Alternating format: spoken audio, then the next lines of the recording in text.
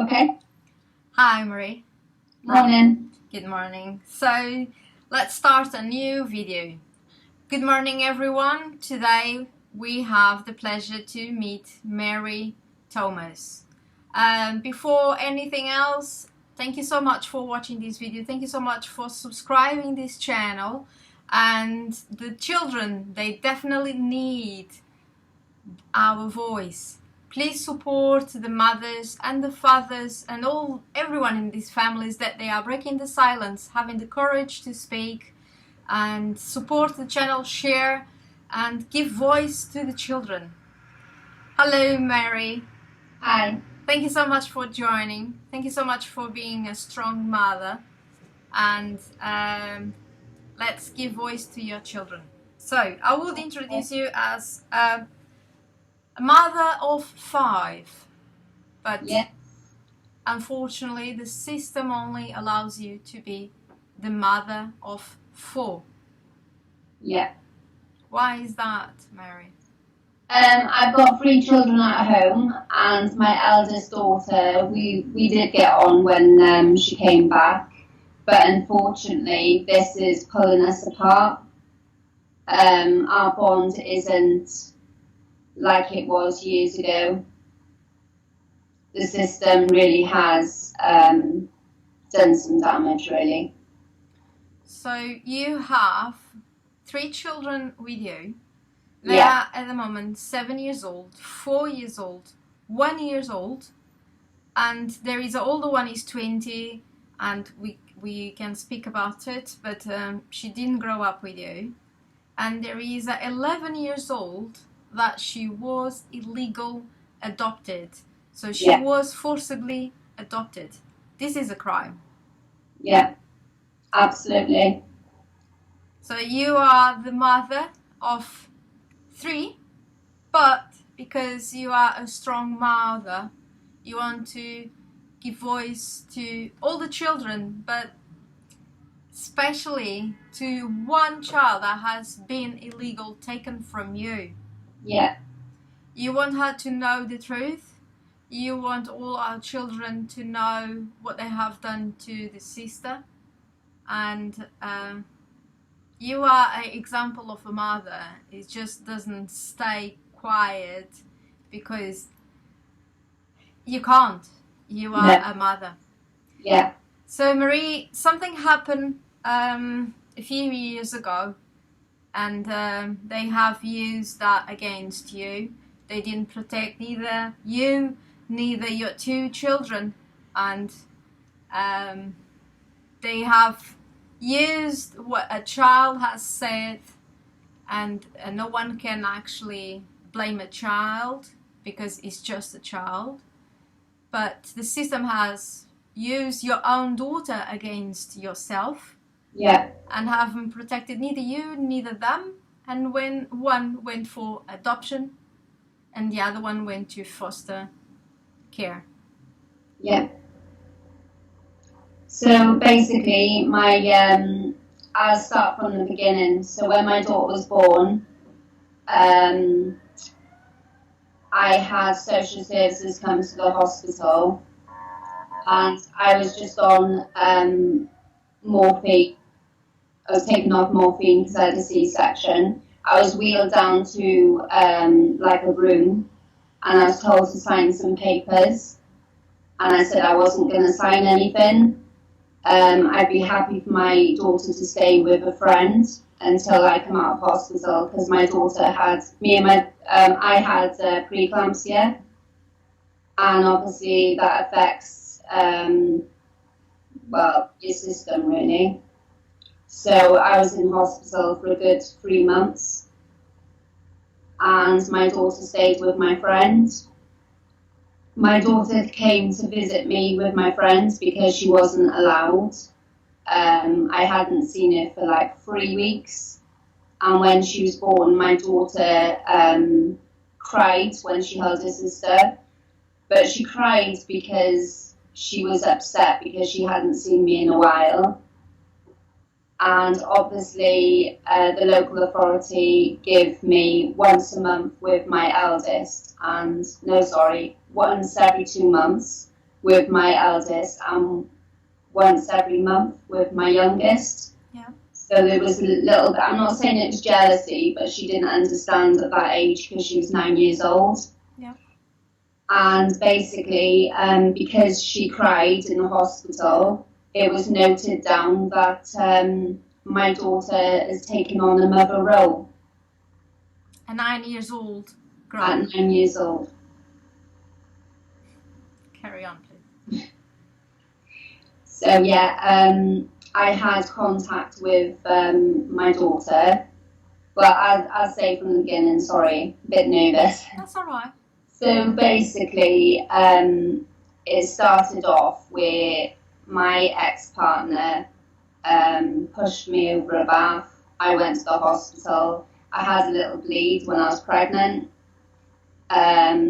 Social came round because my daughter had disclosed to the school that I was getting hit and stuff.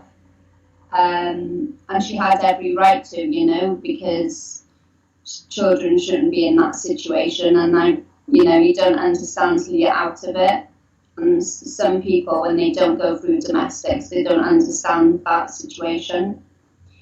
So my ex, split my head open, and my daughter came down the stairs and seen everything. And basically, my ex said to me, if I say anything, he'll make sure that my kids are taken off me, because we were under social services. I was scared. I went to the hospital 4 o'clock in the morning. My friend picked my children up because I was scared for my kids. So we left. And yeah, he wasn't allowed to the house at all. But he went out on a night out and got with a girl that he cheated on me with. Past, you know, but it's important because she sent videos to my phone saying, look who's in my bed, basically. And he came back to the house. He was banging on the door. I wouldn't let him in. He came through the window, and as I turned my back, he grabbed me by the back of the head and split my head open. So he was using your children against you? Yeah. He was being abused physically, psychologically, Yeah. and you had to try to deal with all of that, but still protecting your children. Yeah. Because he was using them against you. He had social services on his upbringing involved, right? Yeah. But you hadn't, had you? No, I didn't have social services growing up, but he was in the system. He broke his sister's finger or something like that. He was done for certain things that I didn't know about until I actually went to the conference. And yeah. So there is a chance that the social services, they are inside of your house because of him? Yeah. Like in a cycle that they know so well how to keep the people around and making money. So yeah. The social services, they get involved because the school knows about this physical abuse. Yeah. Is that something that you want to say to your oldest one regarding this? Is she the one to blame for this? Yeah, well, to be honest, I don't blame my daughter at all. She was 9 years old. She told the school, the teachers, you know, she told the teachers that she bathed her sister. She looked after her on the weekends and stuff like that. And my daughter was the type of person that likes praise because she's a child. She also made like a Victoria sponge cake with my sister when I was ill. And according to the paperwork, she did a Victoria sponge cake on her own. And the judge accepted that, you know. when my cooker was childproof anyway, because it was like a glass top one years ago. You just put the glass top down and it shuts off. Yeah. So yeah, 9 years old, and Victoria sponge cake, bathing her sister at 3 months old. I think she would have drowned. You know, there was a lot of accusations, to be honest, but not proof. Does that make sense? Because they can say anything they want to, basically. And the reason why I'm coming on this channel with you today is because my children were actually physically abused when they went into an interim care order. They were left in Saundersfoot. The police removed my child due to they removed my child for an emergency placement because they were physically harmed. You know, I made 31 complaints, and because I made complaints against them, they see that as a bad thing. I see that as safeguarding my own child. Yes, of course. My own children. You were fighting for them. Yeah, so when they went into care, they had foot and mouth disease because they were on a farm. I understand, you know, with the local authority now, I can remember my daughter sitting on the sofa, and I said to, you know, just as a baby, I needed to toilet. So I said, do you mind holding the baby? I'll be back in 2 minutes. And she said she put the baby in the Moses basket. And as I went to the toilet, my Labrador, which is very loving towards my children, grabbed my Moses basket to the other side of the room without it falling. Yeah. And she told me that if I didn't get rid of my dog, then she would remove my children there and then. So I got rid of my dog. That is, when we have animals, we know that a dog and a cat, they are part of the family, because we know that they are lovely with the children. They give love. They even protect the children. Marie, what have they used against you? Because you have told me that you have a clear medical record, but they did say something against you. Yeah, so basically there was a court order in 2012 where my solicitor and the local authority went to court to represent me when I didn't know about the case. It also said in that document that I've got psychosis, I'm a self-harmer, and I've been prescribed medication. I can say I was prescribed medication back in 2007 because I had a stillborn. I didn't take antidepressants. I didn't feel the need to take them, but I obviously took them from the doctor because they gave them to me. You know, and I don't think they can use that because that was 2007 and my court case was like 2012. 18, but yeah, 12 apparently. Did you have psychosis? No, I got a clear medical record. Did you self-harm yourself? No. So this was a lie? Yeah. Have they used the fact that your partner was physically abusing you? Have they punished him? No, they let him stand up in court and say that I want my child adopted. I don't want mother to have my child. So they sided with my ex-partner, Claire Curran. She came out of the courts and she was smiling, and she was actually standing outside talking to them, you know, because obviously I didn't get on with my ex's wife because she turned around and said, you know, my husband wouldn't do that, blah, blah, blah. But we're friends now because she's seen it for herself, and he's even said to her, I'm going to ruin your life like I ruined Marie's. So, yeah, he was a nasty piece of work. Yeah, because he prefers his own daughter to go to adoption than to stay with the mother. Yeah. Has anyone celebrated the adoption? Have you seen anything celebrating the adoption? Yeah, I fell out with the adopter because I saw photographs on her Facebook of a judge with holding a certificate up, and it was a photograph. And to be honest, I wasn't ready to see that. I've also seen like wedding picture of my daughter in her arms at 14 months old when she was actually in her mother's care. I understand like the photographs, but they're personal. That wasn't her child at the time. That was mine. You know, I didn't give anybody any like consent for that.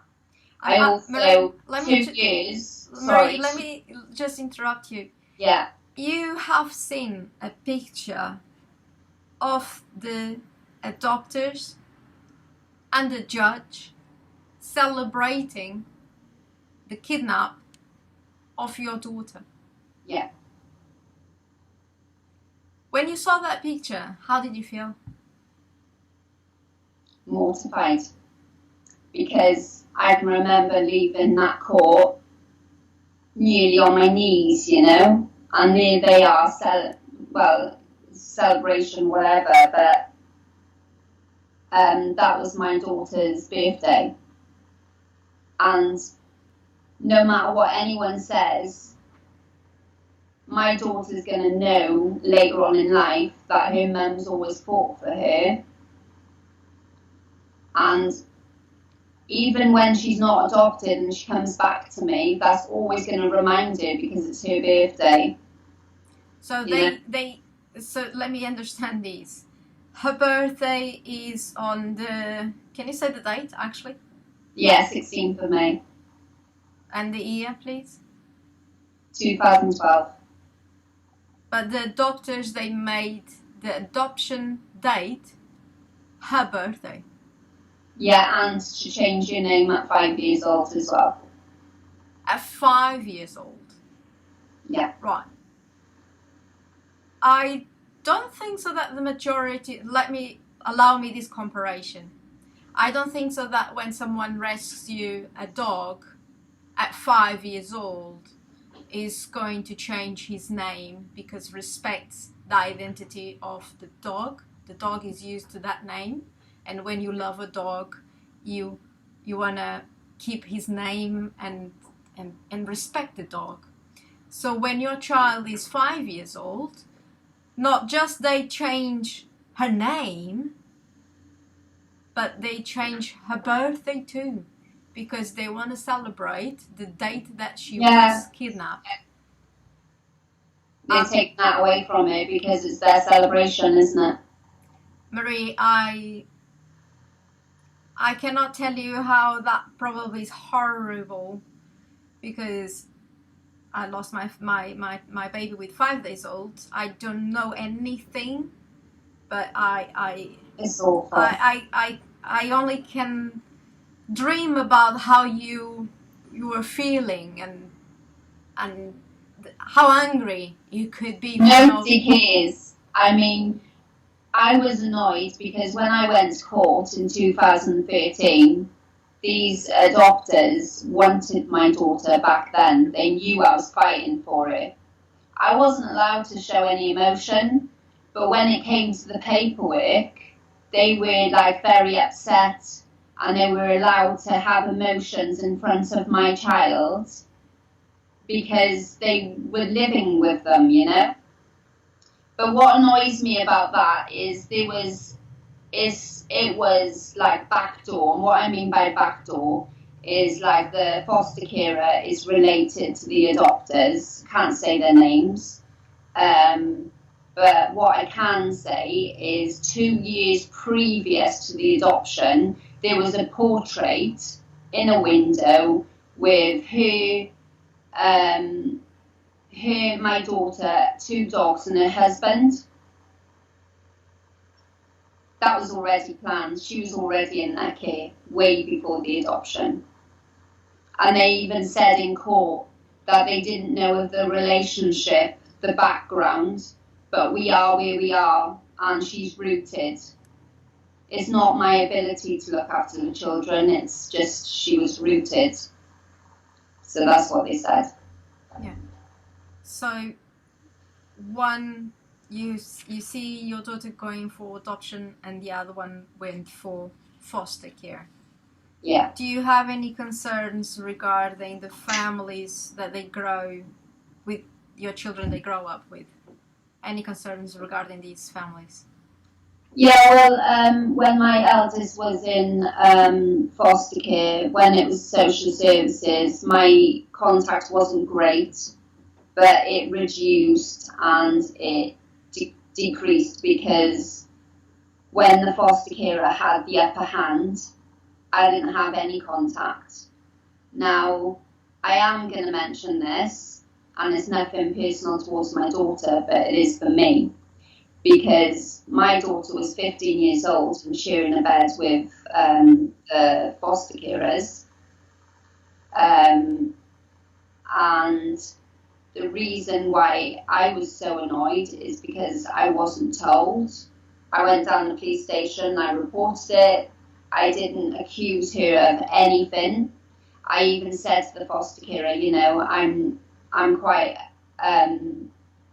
uncomfortable with the situation. And she goes, what are you trying to say, that I'm doing something to your daughter? And I said, no, I didn't say that. But then she told my daughter that I accused her of like sexual abuse type of thing, and I didn't. I swear that I did not use those words.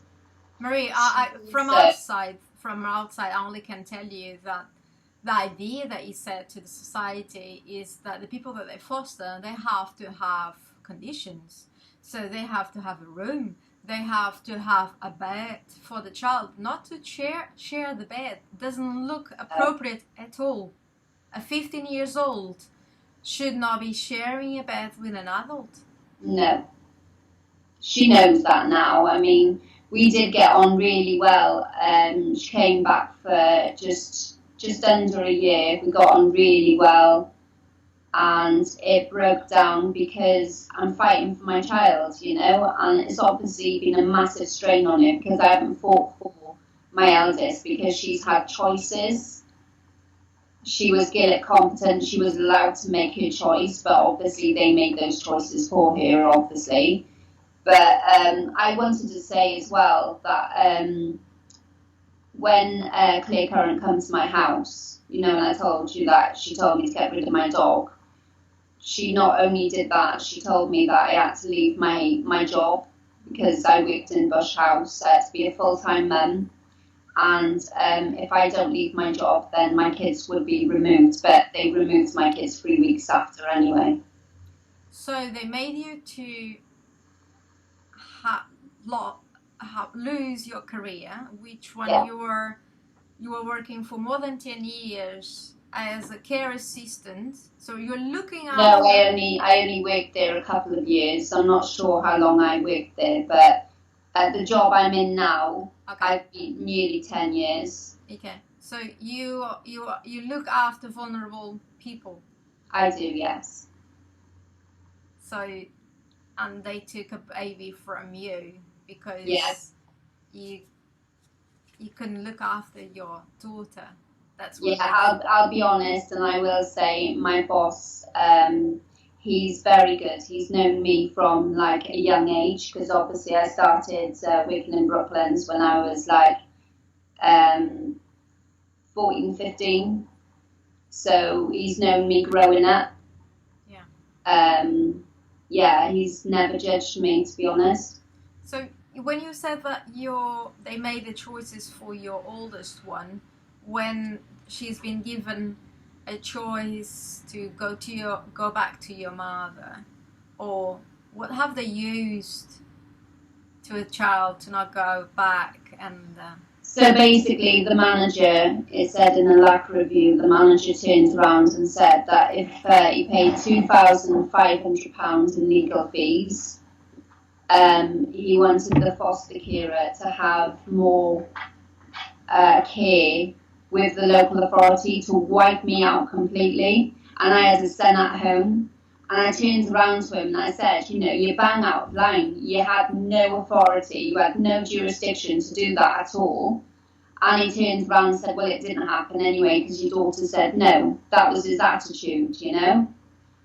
But I liaison with the social services solicitor. Now, I haven't really got a problem with him apart from one thing.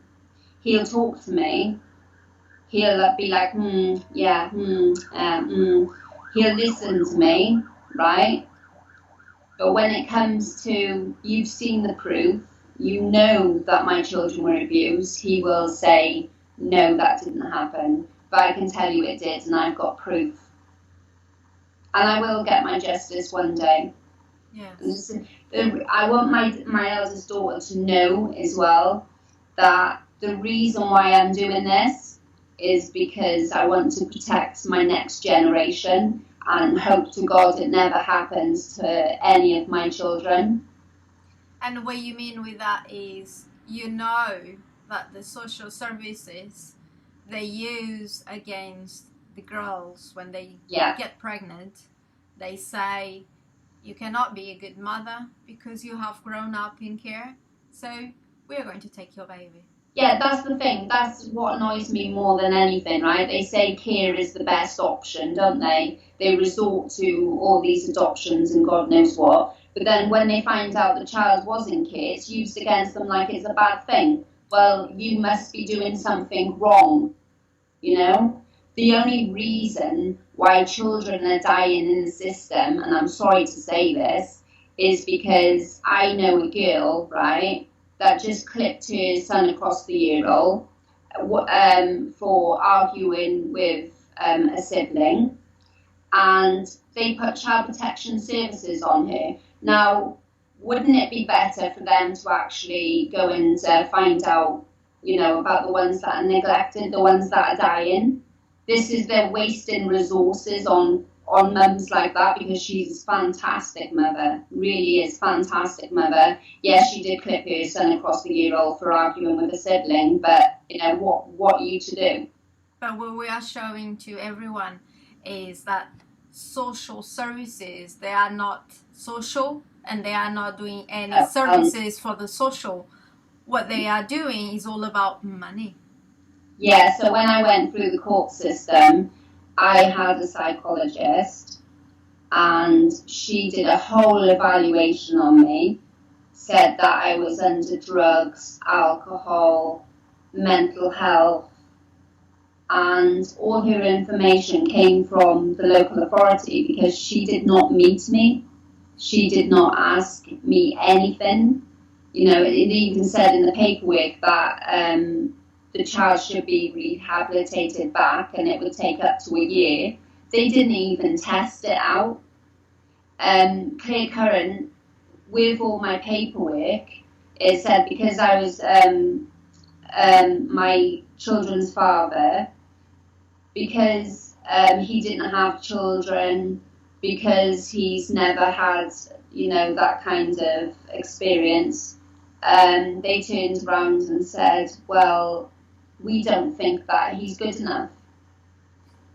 It was all assumptions. Or what if the child's father comes back and, has a go at me or, my children's father? And I'm like, well, this is all assumptions. You're based on assumptions. All my case, there is obviously risk of emotional harm means the risk in the future, not an actual, it's potential. Yeah, future doesn't exist. You cannot be punished for something that you have not done. So basically, when you find out in years to come that the local authority are in the wrong, are they going to remove their children for future risk? Do you want to talk about a famous couple that they were having drinks and they left 3 young people alone in their house, and they still have the twins now? Yeah. Is it not future in there? Have they not left children alone in the house? Is not something proven in there? So I think that they are not using future emotional harm in there, are they? Regarding... No, they know what they've done. They know damn well that I'm not going to give up. I've been fighting for the last 11 years. You know, I'm having police coming to my house like 5 times, having phone calls. He's actually not that bad because he hasn't forced entry into my home. But, you know, for him to say that I'm harassing these people when they actually gave me contact. I had 18 months in between where I had contact with my daughter. I was told I'm not allowed to tell him who I am. Obviously, I'm a mother. I was allowed to interact and dance with her because it was like Christmas parties and stuff like that. And I reached out and gave her a hug.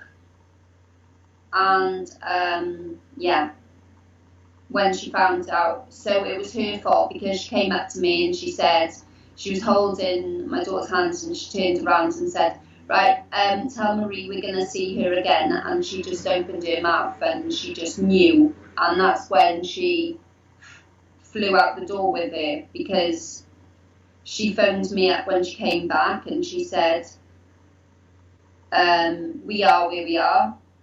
She knows about you now. I went for one last contact, sorry. That was the other one, sorry. I get confused. Is your daughter does she looks like you? She's a... Oh yeah, spitting image. So Mirror.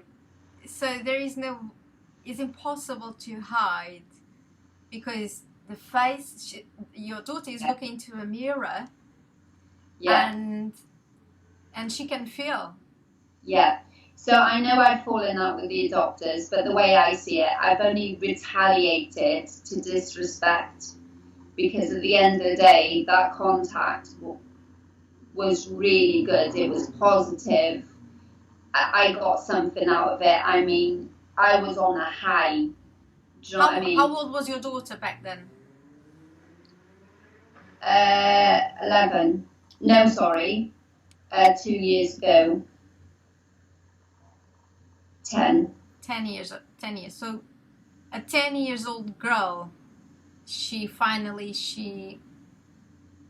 I don't say finally, because when she was taken, I think the kids, they keep a memory of the mother.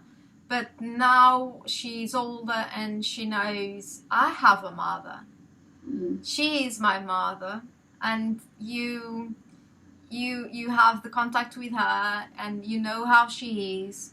I don't know how you can handle that, because you know that they are living with her in your surroundings. Yeah.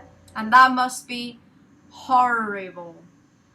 It is. Because if I knew that my baby was next door, I think I couldn't just watch. Yeah, I had an 18-year injunction to prevent me from having any contact.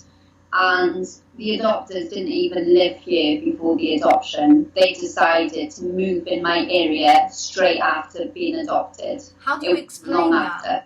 How do you explain that? Don't know. I don't know how they can even... I'm blown away with it, to be honest, because when we had that contact, I sat with them, I was drinking tea and coffee, and they even said, I was drinking coffee, sorry, and they even said, you know, we understand why you fought for your daughter, and I'd be in the same position as you. They were talking to me nicely, and they even brought my children lunch, so they were all sitting together. It was lovely. I just don't understand how something really nice could just, you know. So you were with your children. So your daughter, she met her siblings without knowing that they are siblings, and your other children without knowing that she's their sister. My daughter and my son were like that. They didn't leave side to side. And I even said to the adopter, you know, they bonded and it was lovely. She goes, it wasn't a bond, they played. So they didn't know. She turned around to me and said, I don't see you as her mum. I nearly said her name then, sorry. I don't see you as her mum. I should have had her a long time ago. and I'm going to tell her that her dad had cancer and that we waited for her till she was ours. She actually said that to me. And then, like, I went through an adoption agency because I got really desperate. I wanted to see my child.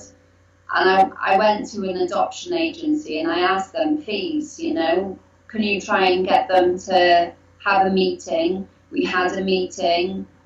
I was allowed to, like, send cards and presents.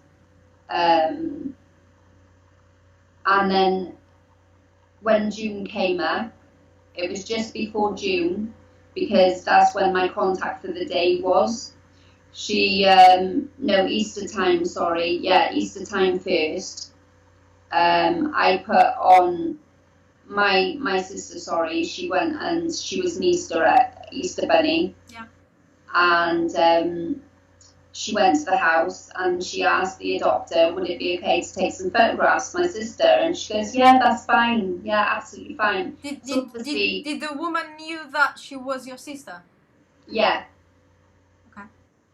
So she turned around and said, yeah, that's absolutely fine. And so I put it on Facebook, you know, wishing them happy Easter, because I brought her kids Easter eggs as well. I wasn't just buying my own. And she turned around, the adoption agency phoned me up and she said, take the photographs down, because the adopter said that you're no longer going to have contact. But have you written on Facebook? Just basically. Did you say daughter? Did you call her your own daughter on the picture? I just said, hope my daughter has a lovely Easter. Okay. It was nothing to do with her children. As she said, I put photos of her children, and that wasn't the case at all. Okay. You know. Do they have pictures of her on Facebook, on TikTok? Yeah, she's on TikTok, and they've gone to, like, this CAF where they support mental health. I'm not going to say whose foundation it is, but it was kind of like, well, if you're supporting mental health, then obviously, you know, it's kind of hypocritical, really, because my daughter's been kept away from me. You know, she even said that it doesn't matter about social services, it doesn't matter about the courts, it's my decision. And then she decided to let everything go. And I thought we got on really, really well. But the disrespect started because one minute I was having contact and then it was just taken from me. Why have they allowed in first hand you to meet her and have that contact with her? Why do you think they allow that? I think it was because it was out of the blue. I mean, she was quite upset that I was there, because obviously she loves my daughter, and I get that. You know, I love my daughter too, but I'm her mum. Do you really think that she loves her? I'm sorry, but my point of view is when you really love someone, you want to best for them. As well. If you really love someone, you wouldn't do that. Yeah, because it's her roots, it's her family, and she has to have the right to know who the mother is, and she would have to say, you know, that's your mother.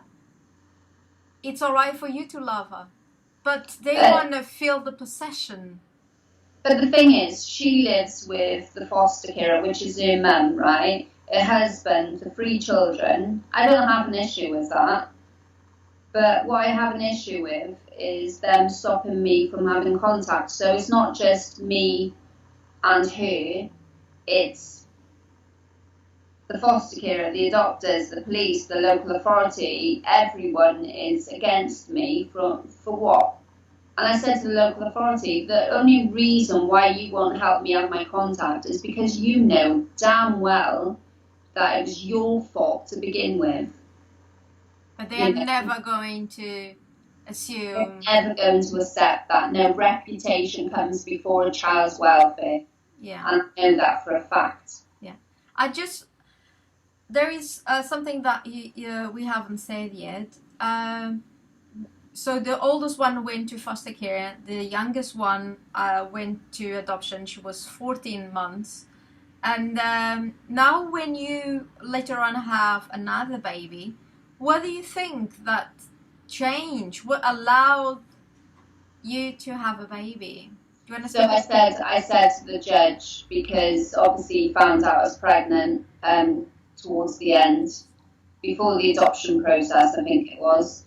And I said to him, if you allow this woman to carry on being, my child's social worker, because she wanted to be involved, I said, I'm not going to have my child. And he agreed and changed social worker. So because the social worker was not the same? Yeah, I had a male, he came to the house and said, because I haven't got children, he'd be quite happy to see my cat and dog.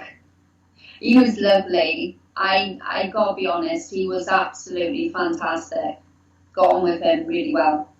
Marie, that's I think it's an important point actually. He's not the first person that is mentioning in here that the woman, mainly women, they are the ones that they are taking the children from the mothers.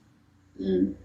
And now you are saying that it's not a woman as a social worker, it's changed to a man. Yeah. And he let you have your children with you. What's going on with a woman? How do you explain this? That there are women taking babies from I'll be another honest woman? with you. I've had three male social workers, and they've never had an issue with me. And that's anonymous referrals. Come into my house. They were there for a few hours, and they even said, I came today, I'm signing you off today because there's no reason for me to be here. Do you actually know if the other social workers, if they were mothers? Sorry? Do you know if the woman, the social worker woman that they were involved in your case, if they were mothers themselves? Yes, she is a mother herself, yes. So how do you think... You know what, I haven't mentioned this, but when my ex split my head open, Claire Current came to my house with Melanie Evans, she was just a bit higher than the social worker, I think it was. Don't think she was manager at the time, I'm not sure. They came to my house and they said, you've been open and honest, Marie, and, we fully support you. Can you go down to the police station because your daughter's disclosed that your ex has split your head open? And we really need you to support your daughter and do a statement and stuff. So I was like, yeah, okay, no problem. Went down there, did the statement.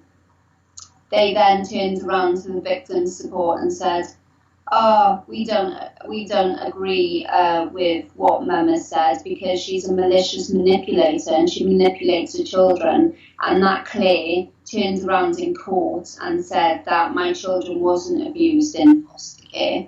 She wasn't aware of anything that was going on. And obviously she liked my ex-partner because he was a perpetrator, because they side with perpetrators, don't they, to get your kids. I think that's what it boils down to. But she is a nasty, manipulative, narcissistic, sadistic. Because when she came to my house, it was like, oh, Mum, you're doing a really good job. Oh, look at her. Yeah, she's fantastic. But then going back and saying that, because when I went to the school, this was my routine. So when I go to the school, I pick up my kids, I put my daughter in the hallway, left in the pram because she's sleeping, let her have her hour, start tea. By the time social came to the house, she would come in and, ask why the baby was in the passageway, and I'd be like, well, I've just come back from school run, absolutely fine. But then in paperwork, she states that my child was neglected constantly, left in the pram and stuff, yeah. So I changed my children's bedding. Gotta be honest, my daughter's room was a mess, but what child's room isn't a mess? Yeah. But no, she was a nasty piece of work. I mean, she lied throughout the whole process and under oath. And if she thinks she's getting away with it, she's sadly mistaken, because, you know, at the end of the day, I do know that she's at a nursery now, and I feel that, you know, people are at risk. If she can go around saying things like that, then how is she being a mother at home with her own children, knowing what she put me through? Do you know what I'm saying?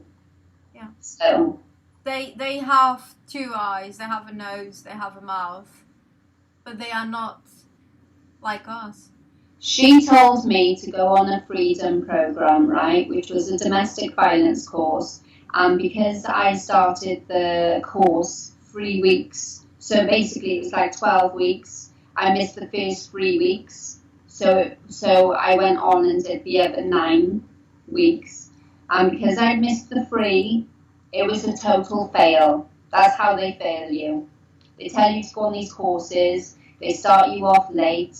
Make sure anyone, once you do the courses, start from the very beginning. If a social worker tells you to do a course and it's halfway through, do not do it, because it's a fail, you know? It's everything on purpose. Mm.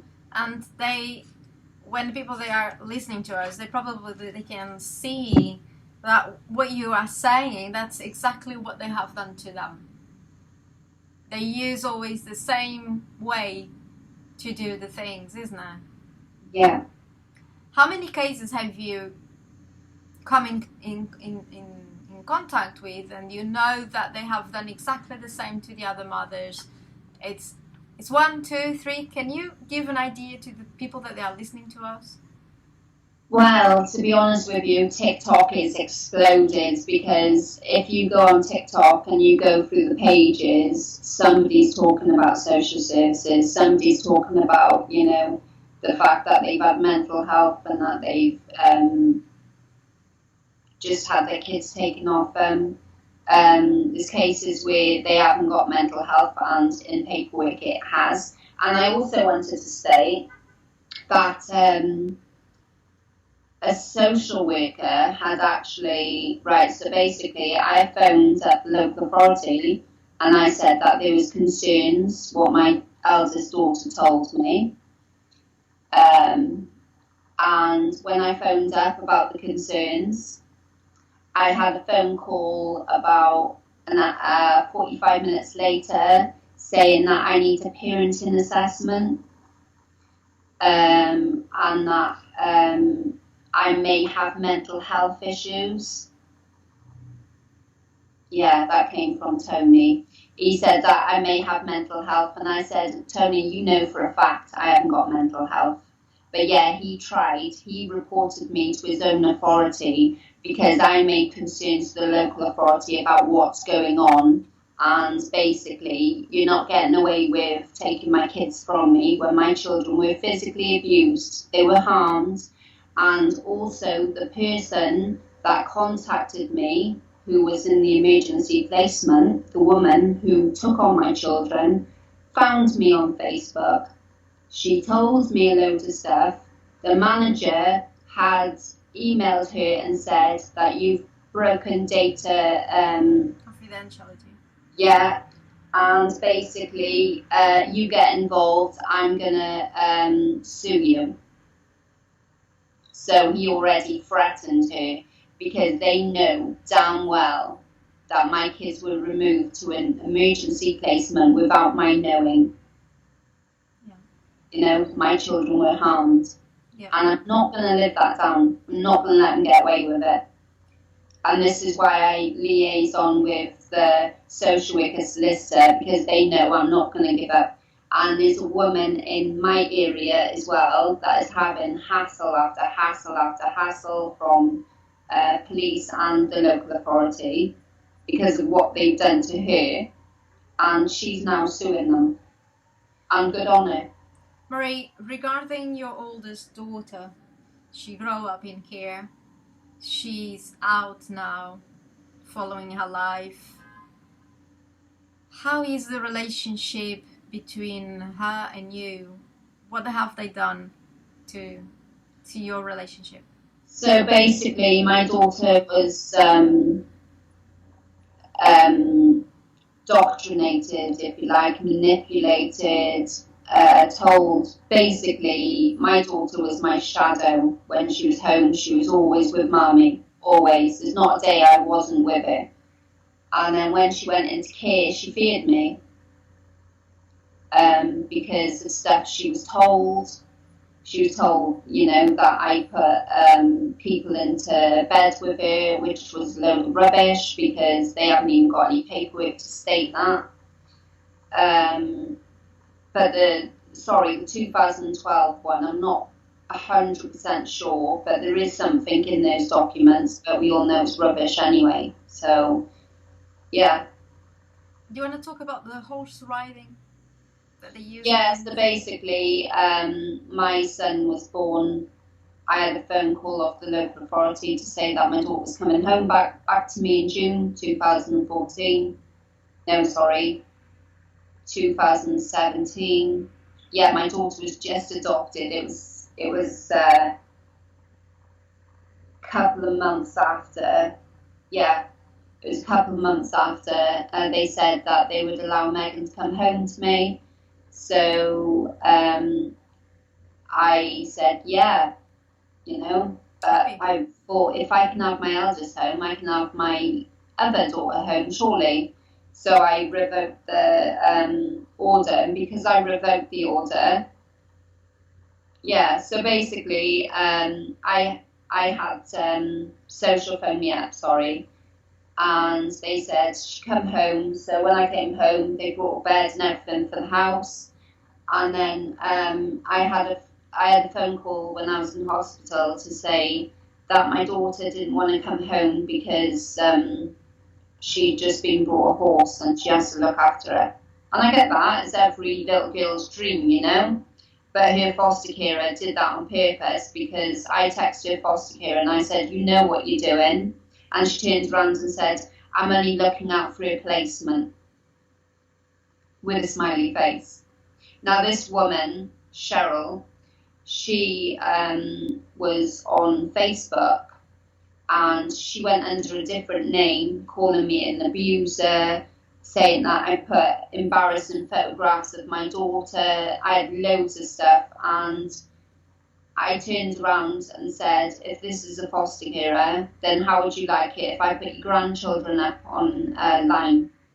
You know, I wouldn't obviously do that, but how would you like it if I turned around and said, you know, you're doing this and that and the other, when it isn't true, you know? And I've had loads of abuse coming from like that. A girl, Jessica, she turned around and said that the adopters told her that I abused my children at home, physically, mentally, and when I'm the type of person, I will confront you if you're going to say things like that, and I want to know where you got it from. And she blocked me. She completely blocked me off because she knew that I was right and she was wrong. So if it makes her feel better thinking that I abused my children when she knows damn well that I never, then, you know, if that's how she wants to play things, then that's absolutely fine. But how can the local authority put my child up for adoption with somebody who had to have a gastric sleeve band because she couldn't walk her children to school and she was getting tired? Her husband had Hodgkin's lymphoma. She was overweight. Why do they think that's good enough care? Why do they think that my child should be better off in a place where children are being adopted left, right and centre? Do you know what I mean? How old were they?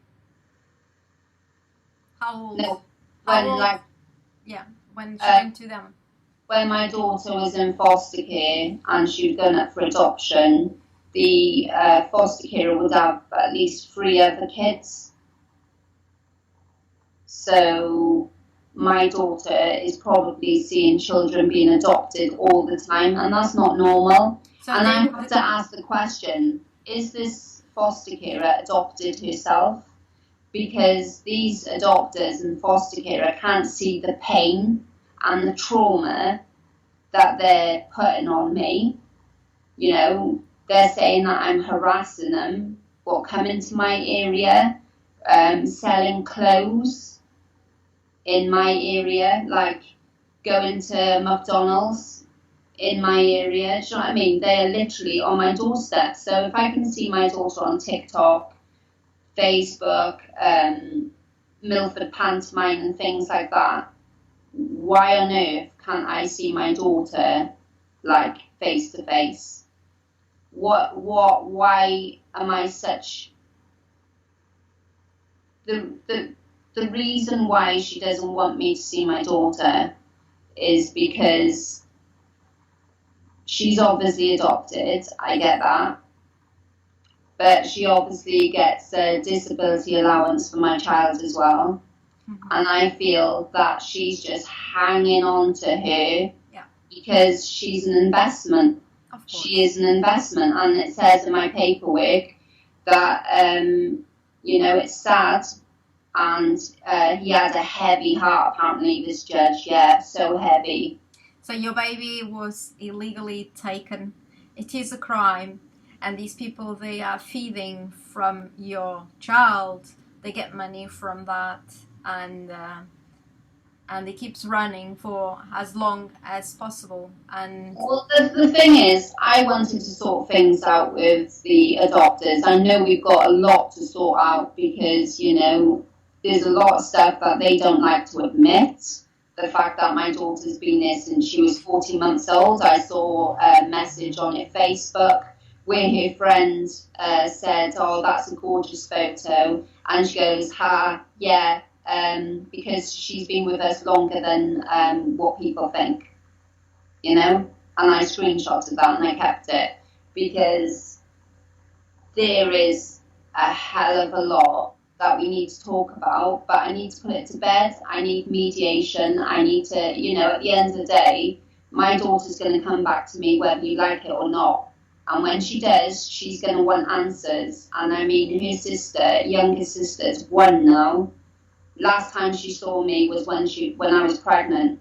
If she's allowed to have video calls and say, "Thank you, Marie, for my presence," with birthdays and stuff like that, that in itself is abuse. They are denying the love, they are denying the mother. Yeah, they are. I put on a video of my children playing, and I was saying, how could you do that? How can you do that to another woman? It's like the hand that rocks the cradle, when that woman comes in and starts breastfeeding her child. She has taken my identity, and she has taken it from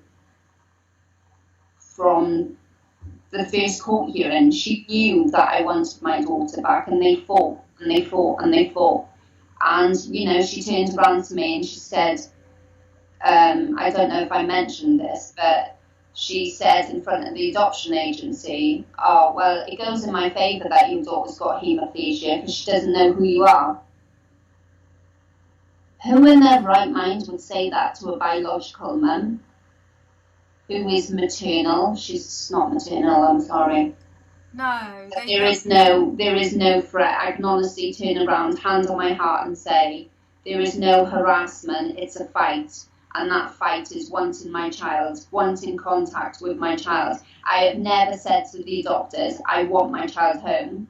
I have now, obviously, and you have the right to that because she's your baby. She's yours. The nature gave her to you. Yeah, and I didn't say when my daughter was in foster care with that horrible woman, the one that physically abused her. Now, my daughter came home every weekend, right? And she would be physically sick because she was a breastfed baby. And then when I had her from the Monday to Friday, I would gradually get her back into that flow of having a feed and having food and stuff like that. And when she went back, she wouldn't even have a 5-ounce bottle. And then when I asked them for the paperwork, because they have like a diary, the diary weren't missing. Do you know what I mean? So yeah, I understand. Yes, I was in the wrong for being in a relationship with somebody that, you know, domestic violence and all that. But I think myself, I didn't really have intervention, because when my ex was meant to have an assessment for 12 weeks, they prolonged it and prolonged it and prolonged it. And that's when the argument started. And I have to mention as well that when you have a child taken from a mother or a father or whatever, it affects the relationship, because, you know, my kid's father, although he loves my 2 daughters, because when he came on the scene, my daughter was 9 and the baby was baby. You know, she was baby, he was feeding her bottles and stuff like that. And she was obviously taken away from him as well, because he was the one that was there helping me and stuff, you know? Yeah. And it affects it all, because when I was on a high, we were getting on like amazing, you know? But then there's days then where he's like, oh, well, you know, you need to concentrate on the kids at home and stuff. And I get that. I do get that. But I am in this fight, and I will carry it on. And it would be much easier for the adopters, for the local authority, to allow me to have contact to make things more normality. Do you know what I mean? At the end, you have the right. 3 times a year, And and then, wouldn't allow me 3 times a year. They wanted me to have once a year. No. I didn't do nothing wrong. They fabricated all my paperwork. They owe me contact. they own your daughter. Yeah. And they own to your daughter the mother, the family, the siblings, the love, the protection, the roots, the culture, everything. They Absolutely. have taken your daughter from you in a legal way with lies, but unfortunately we know that they are criminals. They will never admit that they were wrong, and someone... Do you know what makes me laugh? When I gave them a piece of paper, this inter-agency adoption fees, because I know what money they have, and they actually turned around to me, looked me in the eye and said, we don't have any money for children. And I said, I know, I'm the targeted parent. Yeah.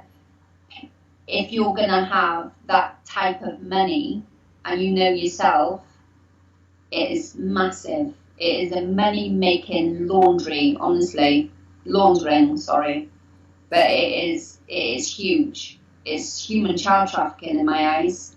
It is. Obviously, If you can take money for children, even Neil McAvoy, he was Assembly member and he's doing Propel, and he has even stated children, councils are talking about children being on the market. You know, you're not talking about meats, we're talking about children. That shouldn't even be a profit. Of course. And fosters should not get being paid to have children. Otherwise, that's not... No. That's and not I don't think it's right, as my human rights have been absolutely violated. I don't think it's right for an adopter to have that kind of power to say that mum can't do this, mum can't do that, sending the police to my house whenever they feel fit. Yeah. You know, it's abuse. Yes, it is. Yes, it is. Yeah. And they need to leave me and my family alone and allow me to have that contact, because I think what it was was when we had that contact, the unconditional love was there. It was like when I had my eldest back, I didn't think that we would have a bond. We wouldn't really talk and all that. But we got on really well, really, really well. But when I'm sitting there and I'm like, you know, I'm online and I'm fighting for my cause, you know, it's kind of like, well, she's obviously just cares about her. But no, I care about her as well. More than, you know, she's my firstborn. She will always be my firstborn. And no matter how much I hate the situation, I love my daughter. Of course you do. You love all of them equally. Yeah. But there is that piece. And we say hurtful things. I mean, she said hurtful things to me. I've said hurtful things to her. She'll come back in her own time. But let me tell you, she is like me. She has got fire in her. And when she finds her fire, God help her. I'm sure that your oldest one loves you. I'm sure that she's going to heal. I'm sure that the baby that was adopted, she will come home. And it's amazing how she knew that you were the mother. I just hope that all the family heals. And I really want the siblings to know who your daughter is, and all the family finally finds the peace and heals. And just a second, love. Sorry, just a second. Yeah, that's all right.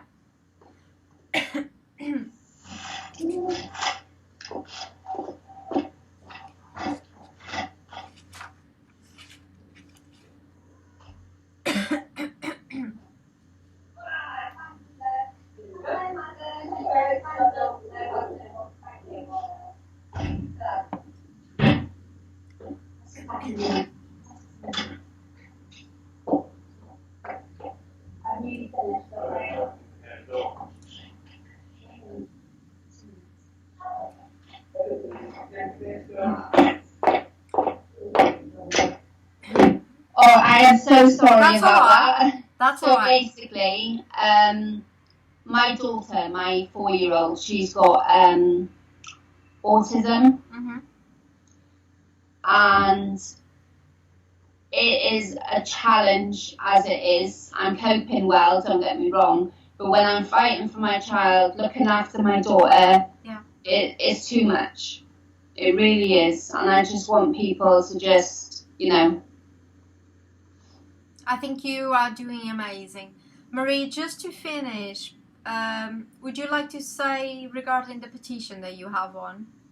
Yeah, so basically I've got a petition out. I think I've got 153 signatures at the minute.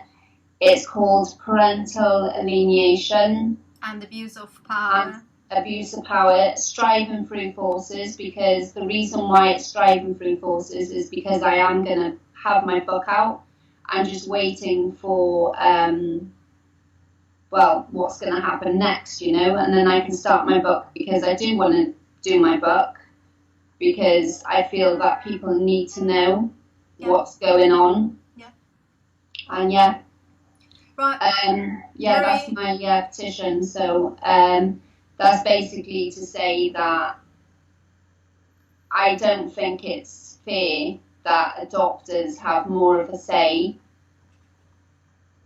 You know, it's like us as mothers are lower than predators. Yeah, they are separating families. Marie, I will give you the last words. What you would you like your daughter to hear? And obviously all your children, but to the daughter that has been taken away from you when she was almost a newborn. Just that I love and miss her, and that I've always, you know, you have been doing it for 11 years. Yeah. You have been doing it for 11 years, so you are a very strong mother. Thank you. I'm very proud of you. Really, very proud of you. And I really thank you for being strong and having the courage to do these when you have an amazing family right now, I and see. you can't carry on without speaking your truth, without screaming for help. I'm very, very proud of you, Marie. Thank you so much Thank you very much for doing this, and please everyone, thank you so much for your support. Go on Marie Thomas petition and help this mother. Just show your support to Marie, and see you on the next video. Marie, thank you so much for joining us. Okay, thank you. All the best for you. Thank Bye, you. and you. Thank you. Bye Bye. bye. Bye.